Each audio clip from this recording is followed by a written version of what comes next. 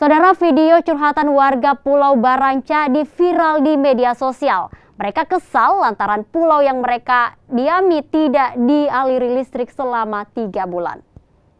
Janjinta pa, kalapaka makisede, mangaribi miterang sini cini lampu, doe lagu sutani pa balilili, kere menjanjinu cale-cale,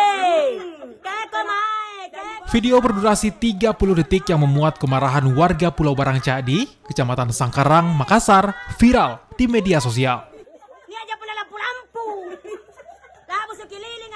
Mereka geram lantaran lebih 3 bulan listrik di Pulau Baranca tidak mengalir. Warga juga mempertanyakan mesin genset kapan bisa difungsikan kembali. Tidak adanya aliran listrik membuat aktivitas di pulau yang didiami lebih dari 1.000 orang ini terhambat. Aliran listrik di Pulau Baranca bersumber dari 2 buah genset yang dikelola warga secara swadaya.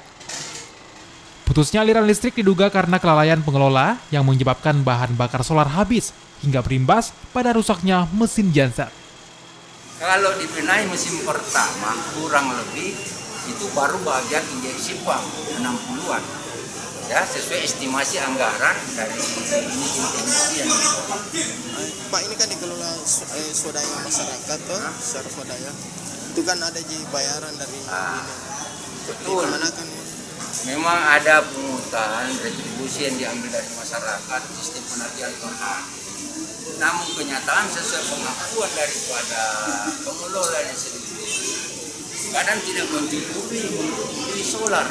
Karena apa?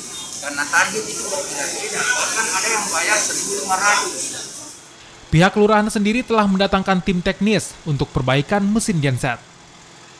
Khusus penggantian alat injeksi genset, dibutuhkan biaya sebesar 60 juta rupiah agar Pulau Baranca dapat kembali dialiri listrik. Mila Rustam, Kompas TV, Makassar, Sulawesi Selatan.